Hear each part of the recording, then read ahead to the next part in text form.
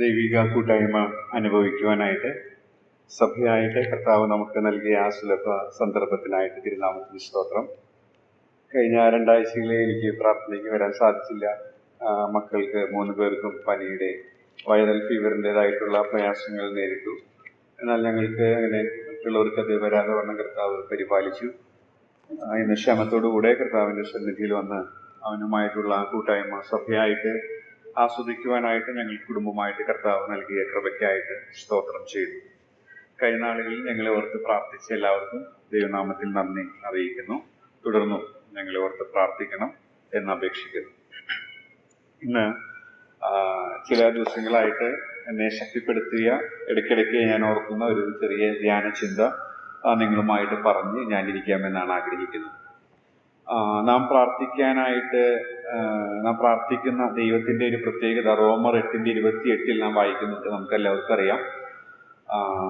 എന്നാൽ ദൈവത്തെ സ്നേഹിക്കുന്നവർക്ക് നിർണയപ്രകാരം വിളിക്കപ്പെട്ടവർക്ക് തന്നെ സകലവും നന്മയ്ക്കായി കൂടി വ്യാപരിക്കും. സകലവും നന്മയ്ക്കായിട്ട് കൂടി വ്യാപരിപ്പിക്കുന്ന ഒരു ദൈവത്തിലാണ് നമ്മൾ ആശ്രയിക്കുന്നത്. ആ ദൈവത്തോടാണ് നമ്മുടെ ഉള്ളം പകരാനായിട്ട് നാം ഇന്ന് കൂടി വന്നിരിക്കുന്നത്. സകലവും നന്മയ്ക്കായി കൂടി വ്യാപരിപ്പിക്കുന്നു എന്ന് പറയുമ്പോൾ നമ്മൾ അത് കുറച്ച് നാളുകൾക്ക് മുൻപ് നമുക്ക് വചന ശുശ്രൂഷയിൽ ലഭിച്ചതാണ്. നമ്മൾ കർത്താവിനെ പോലെ ആക്കുക എന്നുള്ളതാണ് നന്മ എന്നുള്ളത് ആ വാക്യത്തിൽ തന്നെ വ്യക്തമാണ്.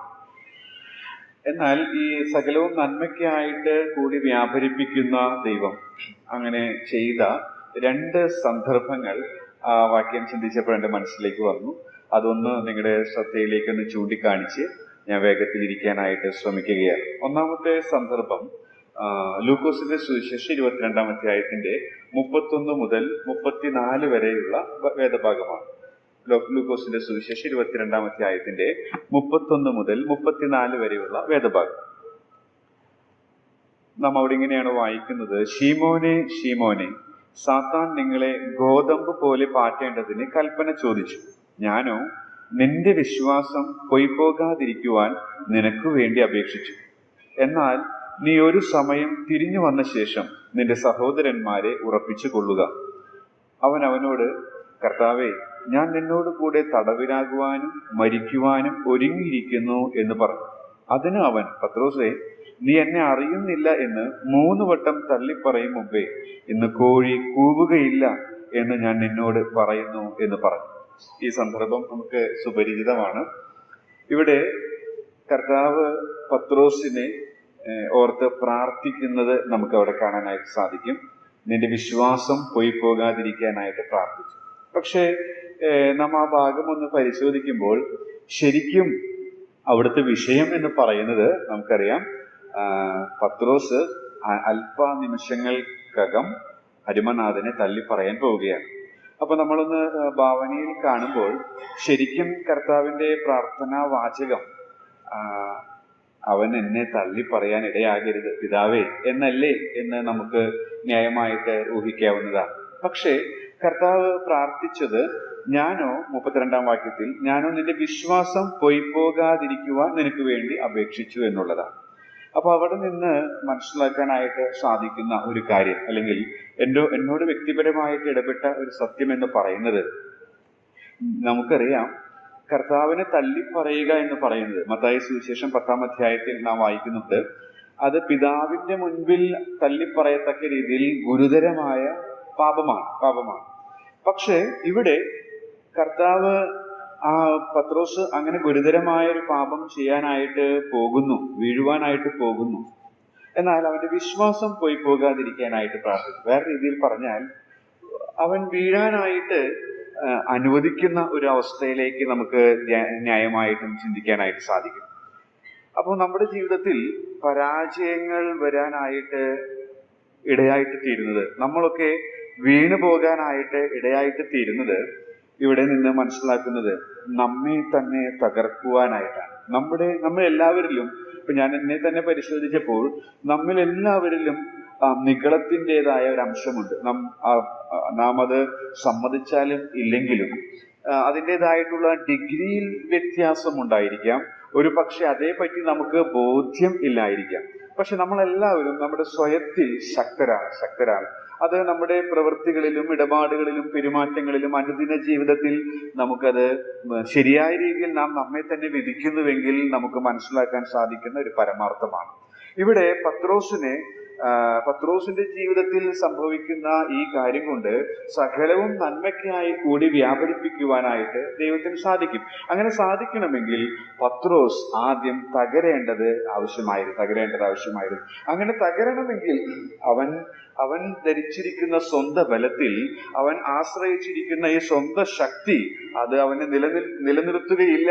അതിലവൻ പരാജിതനായി തീരും എന്നുള്ളത് അവനെ ബോധ്യപ്പെടുത്തേണ്ടത് ആവശ്യമായിരുന്നു. ഒരു പക്ഷെ അതുകൊണ്ടായിരിക്കാം കർത്താവ് പത്രോസിനെ ഓർത്ത് പ്രാർത്ഥിച്ചപ്പോൾ അവൻ എന്നെ തള്ളിപ്പറയാൻ ഇടയാകരുത് എന്നല്ല, മറിച്ച് അവന്റെ വിശ്വാസം പോയി പോകാതിരിക്കാനായിട്ട് പ്രാർത്ഥിച്ചു. നമുക്കറിയാം, അങ്ങനെ വിശ്വാസം പോയി പോകാതിരിക്കാൻ പ്രാർത്ഥിച്ചത് കൊണ്ട് അവൻ വീണുപോയെങ്കിലും അവൻ മടങ്ങി വരുവാനായിട്ടും നമുക്കറിയാം സഹോദരന്മാരെ പിൽക്കാലത്ത് ഉറപ്പിക്കാനായിട്ട് ഇടയായിട്ട്. അപ്പോൾ റോമർ 8:28 ഈ ഭാഗത്ത് പത്രോസിന്റെ ജീവിതത്തോടുള്ള ബന്ധത്തിൽ അന്വർത്ഥമാണ്. സകലവും നന്മയ്ക്കായി കൂടി വ്യാപരിപ്പിക്കുന്ന ദൈവം. എന്താണ് ആ നന്മ? കർത്താവിനെ പോലെ നമ്മെ ആക്കി തീർക്കുക എന്നുള്ളതാണ്. ഇവിടെ പത്രോസിനെ കർത്താവിനെ പോലെ ആക്കി തീർക്കണമെങ്കിൽ അവന്റെ സ്വന്തം ശക്തിയിലുള്ള ആശ്രയം, സ്വന്തം ബലത്തിലുള്ള ആശ്രയം തകരേണ്ടത് ആവശ്യമായിരുന്നു. നമ്മുടെ ജീവിതത്തിൽ ഈ സ്വയശക്തിയിൽ, സ്വന്തം ഫലത്തിൽ ആശ്രയിച്ചുകൊണ്ട്, സ്വന്തം കഴിവുകളിൽ ആശ്രയിച്ചുകൊണ്ടുള്ള ഒരു ജീവിതത്തിൽ നാം തുടരുന്നുവെങ്കിൽ ചിലപ്പോഴൊക്കെ കർത്താവ് നമ്മോർത്ത് പക്ഷപാതം ചെയ്യുന്നു. അവന്റെ വിശ്വാസം പോയി പോകാതിരിക്കാനായിട്ട് കർത്താവിനറിയാം ഇങ്ങനെയാണ് സംഭവിക്കാനായിട്ട് പോകുന്നത്. എന്നാൽ കർത്താവ് നമ്മുടെ വിശ്വാസം പോയി പോകാതിരിക്കാനായിട്ട് പ്രാർത്ഥിക്കും. അതിന്റെ കാരണം സകലവും നന്മയ്ക്കായിട്ട് അവൻ കൂടി വ്യാപരിപ്പിക്കുന്നു. നമ്മിലുള്ള നിഗളം, നമുക്ക് ബോധ്യമില്ലാത്ത ഞാനെന്ന ഭാവം, സ്വയത്തിലുള്ള ആശ്രയം, നമ്മുടെ സ്വന്തം ബലത്തിൽ നാം തകരുന്നില്ല എങ്കിൽ ദൈവത്തിന് നമ്മെ ഉപയോഗിക്കാനായിട്ട് സാധിക്കുകയില്ല എന്നുള്ളതാണ്. അതിന് മനോഹരമായൊരു ദൃഷ്ടാന്തം ഒരു എഴുത്തുകാരൻ എഴുതിയിരിക്കുന്നത് മുന്തിരിവള്ളിയും കൊമ്പിനോടും ആ ദൃഷ്ടാന്തമാണ്. മുന്തിരിവള്ളി, കൊമ്പ്. ഈ കൊമ്പ് കഴിഞ്ഞ 10 വർഷമായിട്ട് ഈ മുന്തിരിവള്ളിയോട് ചേർന്നിരിക്കുന്നു.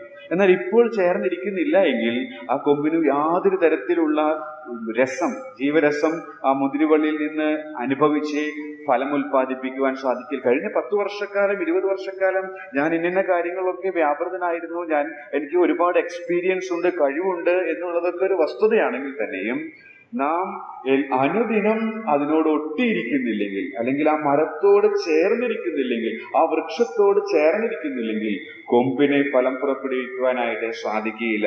സ്വന്തം ബലത്തിൽ ആശ്രയിക്കുന്നത് അതിൽ നിന്ന് അകന്നു പോകുന്നത്, അല്ലെങ്കിൽ അതിനോട് ചേർന്നിരിക്കാത്തതിന് തുല്യമാണ്. അങ്ങനെയുള്ള ജീവിതത്തിൽ പല കാര്യങ്ങളൊക്കെ നമുക്ക് സാധിക്കും. ആളുകളുടെ മധ്യത്തിലൊക്കെ പല നിലകളിൽ നമ്മുടെ സ്വന്തം കഴിവ് കൊണ്ടും മിടുക്ക് കൊണ്ടും വിദ്യാഭ്യാസം കൊണ്ടും മേന്മ കൊണ്ടൊക്കെ ഒരുപാട് കാര്യങ്ങൾ ചെയ്യാനായിട്ട് സാധിക്കുമെങ്കിൽ അൾട്ടിമേറ്റ്ലി അതെല്ലാം പരാജയപ്പെടും എന്നുള്ളത് യാതൊരു സംശയമില്ല. പത്രോസിന്റെ ജീവിതത്തിൽ സകലവും നന്മയ്ക്കായി കൂടി വ്യാപരിപ്പിക്കുക, അർത്ഥാൽ കർത്താവിനെ പോലെ അവനെ ആക്കി തീർക്കണമെങ്കിൽ അവന്റെ സ്വന്തം ബലം, സ്വന്തം ശക്തിയിൽ, സ്വയത്തിലുള്ള അവന്റെ ആശ്രയത്തിൽ, അവന്റെ നിഗളഭാവത്തെ തകർക്കേണ്ടത് ആവശ്യമായിരുന്നു.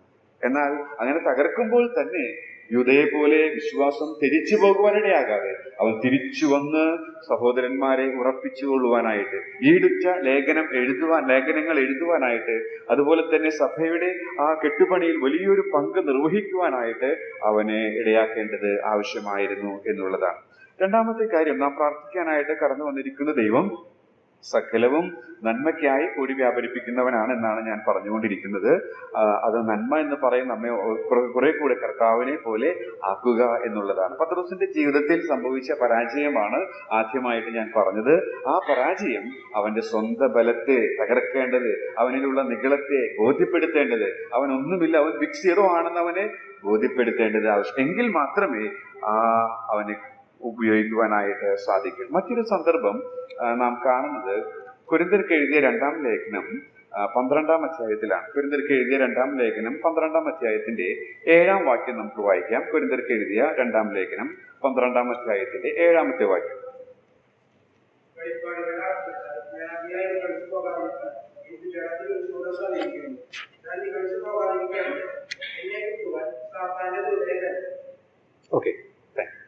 അപ്പൊ അവിടെ നാം ശ്രദ്ധിച്ചാൽ നാം കാണുന്നൊരു പ്രയോഗം, നമ്മൾ പലപ്പോഴും ഇതൊക്കെ വായിച്ചിട്ടുള്ളതാണെങ്കിലും ഞാൻ അന്ന് ധ്യാനിച്ചപ്പോൾ എന്റെ മനസ്സിലേക്ക് വന്നത്, വെളിപ്പാടുകളുടെ ആധിക്യത്താൽ ഞാൻ അതിയായി നിഗളിച്ചു പോകാതിരിക്കാൻ എനിക്ക് ജഡത്തിൽ ഒരു ശൂലം തന്നിരിക്കുന്നു എന്നുള്ളതാണ്. തന്നിരിക്കുന്നു എന്നുള്ള പ്രയോഗം. അപ്പോൾ അത് ഒരു ഗിഫ്റ്റാണ്. തരിക എന്ന് പറയുമ്പോൾ ദൈവം അവന് കൊടുത്തിരിക്കുന്ന ഒരു ഗിഫ്റ്റിനോട് നമുക്ക് അത് ഉപമിക്കാനായിട്ട് സാധിക്കും. ദൈവം ഒരു ഗിഫ്റ്റ്, മനോഹരമായ ഒരു ഗിഫ്റ്റ് കൊടുത്തിരിക്കുകയാണ് ഇവിടെ പൗലോസ്. എന്തായിരുന്നു ആ ഗിഫ്റ്റ്? ആ ഗിഫ്റ്റ് അല്ലെങ്കിൽ ആ സമ്മാനം, അത് തുറന്നു നോക്കുമ്പോൾ ആ സമ്മാനം എന്ന് പറയുന്നത് അവന് കുത്തുവാനായിട്ട് സാത്താന്റെ ഒരു ദൂതനെ തന്നെയാണ് നമുക്ക് ആ ഭാഗത്ത് മനസ്സിലാക്കാനായിട്ട് സാധിക്കും. അപ്പൊ ഇവിടെയും സാത്താനെ അനുവദിക്കുകയാണ്. എന്തിനാണ് അനുവദിക്കുന്നത്?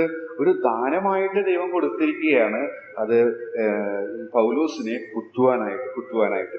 അത് നീങ്ങാനായിട്ട് 3 വട്ടമാണ് കർത്താവിനോട് അപേക്ഷിച്ചതായിട്ട് നാം ഇവിടെ 8-ാം വാക്യത്തിൽ വായിക്കുന്നത്. പക്ഷേ കർത്താവ് പറഞ്ഞു, എന്റെ കൃപ നിനക്ക് മതി, എന്റെ ശക്തി ബലഹീനതയിൽ തികഞ്ഞു വരുന്നു. ഇത് കേട്ടപ്പോൾ പൗലോസ് അതിൽ സംതൃപ്തനായി ശിഷ്ടകാലം കഴിച്ചതായിട്ട് നാം മനസ്സിലാക്കും. അപ്പൊ ഇവിടെ നിന്ന് പഠിക്കാനായിട്ട് സാധിക്കുന്ന ഒരു കാര്യം എന്ന് പറയുന്നത്, ഇവിടെയും പിശാചിനെ അനുവദിക്കുകയാണ് കുത്തുവാനായിട്ട്. എന്തിനാ കുത്തുവാനായിട്ട് അനുവദിക്കുന്നത്? ഒരു എഴുത്തുകാരൻ എഴുതിയിരിക്കുന്നത് ഇങ്ങനെയാണ്, പൗലോസേ, ഞാൻ നിന്നെ നിഗളിയാകാതെ സൂക്ഷിക്കാൻ ആഗ്രഹിക്കുന്നു. ഞാൻ നിന്നെ നിഗളിയാകാതെ സൂക്ഷിക്കാനായിട്ട് ആഗ്രഹിക്കുന്നു. അങ്ങനെ നീ നിഗളിയാകാതിരിക്കാനുള്ള ഒരു വഴിയാണ് ജഡത്തിൽ നിനക്ക് ഞാൻ തന്നിരിക്കുന്ന ഈ സമ്മാനം, ഈ ശൂലം എന്ന് പറയുന്നത്. അപ്പൊ നമ്മുടെ ജീവിതത്തിൽ പലപ്പോഴൊക്കെ പ്രതിസന്ധികളും പ്രശ്നങ്ങളും ഒക്കെ അനുവദിക്കുന്നത് ഒരു ശൂലമായിട്ട്, ജഡത്തിൽ കുത്തുവാനായിട്ട്, ഒരു പക്ഷെ സാത്താനെ തന്നെ ദൈവം ഉപയോഗിക്കുന്നത് നമ്മിലുള്ള ആ നിഗളത്തെ നാം നിഗളിച്ചു പോയിട്ട് ദൈവത്തിന് ഉപയോഗിക്കാൻ കൊള്ളാത്തവരായിട്ട് തീരാതിരിക്കാൻ വേണ്ടിയാണ്. അതുകൊണ്ടാണ് ആ എഴുത്തുകാരന്റെ പ്രയോഗം എന്നെ വളരെ സന്തോഷം. ഞാൻ നിന്നെ നിഗളിയാകാതെ സൂക്ഷിക്കാൻ ആഗ്രഹിക്കുന്നു. പൗലോസേ, ദൈവം പറയുകയാണ്, ഞാൻ നിന്നെ നിഗളിയാകാതെ സൂക്ഷിക്കാൻ ആഗ്രഹിക്കുന്നു. അതുകൊണ്ടാണ് ഞാൻ ഈ സമ്മാനം നിനക്ക് തന്നിരിക്കുന്നത്. നമ്മുടെ ജീവിതത്തിൽ ദൈവം സകലവും നന്മയ്ക്കായി കൂടി വ്യാപരിപ്പിക്കുന്നു എന്നുള്ള സത്യം നാം റോമാലേഖനത്തിൽ വായിച്ചു. ആ സത്യം എന്ന് പറയുന്നത് അവനെ പോലെയാക്കുക, അവന്റെ പുത്രന്റെ സ്വരൂപത്തോട് കർത്താവിനെ പോലെയാക്കുക. അതിനുവേണ്ടി ചില ഗിഫ്റ്റ്, ചില സമ്മാനങ്ങൾ, ചില പരിശോധനകൾ, ചില വേദനാവേളകളൊക്കെ കർത്താവ് നമുക്ക് നൽകുന്നുണ്ട്. തന്നിരിക്കുന്നു എന്നുള്ള ക്രിയാപദം നമ്മെ ഓർപ്പിക്കുകയാണ്. അങ്ങനെ തരുന്നത് കർത്താവിനെ പോലെ നമ്മെ ആക്കാനാണ്, നാം നിഗളിച്ചു പോകാതെ ഇരിക്കാൻ നമ്മെ സൂക്ഷിക്കാനാണ് എന്നുള്ള സത്യം നമുക്ക് ഇവിടെ നിന്ന് പഠിക്കാനായിട്ട് സാധിക്കും. ഇന്ന് രാത്രിയിൽ നാം പ്രാർത്ഥനയ്ക്കായിട്ട് കടന്നു വരുമ്പോൾ നാം ഒരിക്കലും നമ്മുടെ സ്വന്തം ബലത്തിൽ ആശ്രയിക്കുന്നവരായിട്ട് തീരരുത്. മാത്രമല്ല, നാം നിഗളിച്ചു പോകാനുള്ള എല്ലാ സാധ്യതയും നമ്മിൽ തന്നെ ഉണ്ട്. അതുകൊണ്ട് ഈ അരുമനാഥന്റെ ഈ വലിയ കാര്യപരിപാടിയിൽ നാം ആയിരിക്കുകയാണ്. സകലവും നന്മയ്ക്കായിട്ട് കൂടി വ്യാപരിപ്പിക്കുകയാണ്. അത് അവനെ പോലെ ആക്കുക എന്നുള്ള പ്രക്രിയയിൽ നാം എല്ലാവരും ആയിരിക്കും ഭാഗവാക്കുകളാണ്. അതുകൊണ്ട് കർത്താവ് നമ്മുടെ ജീവിതത്തിൽ അനുവദിക്കുന്ന സന്ദർഭങ്ങൾ അത് നമ്മെ തന്നെ വിധിക്കുവാൻ, ഞാൻ വാസ്തവമായിട്ട് സ്വന്തം ബലത്തിൽ ആശ്രയിച്ച് ജീവിക്കുന്നവനാണോ, എന്റെ മിടുക്ക് കൊണ്ടും എന്റെ കഴിവ് കൊണ്ടുമാണോ ഞാൻ ഇന്ന് ഇങ്ങനെ പ്രാർത്ഥിക്കാനായിട്ട് കടന്നു വന്നിരിക്കുന്നത്, അതോ ഞാൻ നിഗളിച്ചു പോകുന്ന ഒരവസ്ഥയാണോ എന്നുള്ളതൊന്ന് പരിശോധിക്കുവാനിടയായിട്ട് തരണം. പത്രോസ് തന്റെ ലേഖനത്തിൽ ഇങ്ങനെ എഴുതി, ആ ലേഖനം 1-ാം ലേഖനം അവസാനിപ്പിക്കുമ്പോൾ എഴുതുന്നുണ്ട്, ദൈവം നിഗളികളോട് എതിർത്ത് നിൽക്കുന്നു. ദൈവത്തിന്റെ മാറ്റമില്ലാത്തൊരു പ്രമാണമാണ്. ദൈവം നിഗളികളോട് എതിർത്ത് നിൽക്കുന്നു.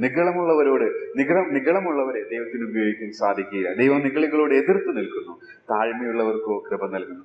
പത്രോസ് തന്റെ ജീവിതത്തിൽ ആ പാഠം പഠിച്ചു, പൗലോസ് അത് അനുഭവിച്ചു. അങ്ങനെ അവർ കർത്താവിന് പ്രയോജനമുള്ളവരായിട്ട് തീർന്നു. വരും ദിവസങ്ങളിൽ നാം കർത്താവിന്റെ കൈകളിലെ ഇണങ്ങിയ ആയുധങ്ങളായിട്ട് തീരണമെങ്കിൽ, കർത്താവിന്റെ ആലോചനയ്ക്ക് ഈ തലമുറയിൽ ശുശ്രൂഷ ചെയ്യുന്നവരാകണമെങ്കിൽ, തീർച്ചയായിട്ടും ദൈവം നമ്മിൽ നിന്ന് ആഗ്രഹിക്കുന്നു, സ്വന്തം ബലത്തിൽ ആശ്രയിക്കാതെ, സ്വന്തം ശക്തിയിൽ ആശ്രയിക്കാതെ, വർഷങ്ങൾ എത്ര പിന്നിട്ടാലും ആ മുന്തിരിവള്ളി കൊമ്പ് അത് ചേർന്നിരിക്കുന്നത് പോലെ തന്നെ അവനെ വേർപിരിയാതെ വാസ്തവമായി അവനോട് പറ്റിച്ചേർന്ന് ജീവിച്ചുകൊണ്ട് കർത്താവിനെ പോലെ അനുദിനം അവനെ പോലെ ആകുവാനായിട്ട് നമുക്കിടയായിട്ട് തീരണം. അതിനായിട്ട് ദൈവത്തിന്റെ ആത്മാവീയ ആലോചനകൾ നമ്മെ സഹായിക്കുമാണ്.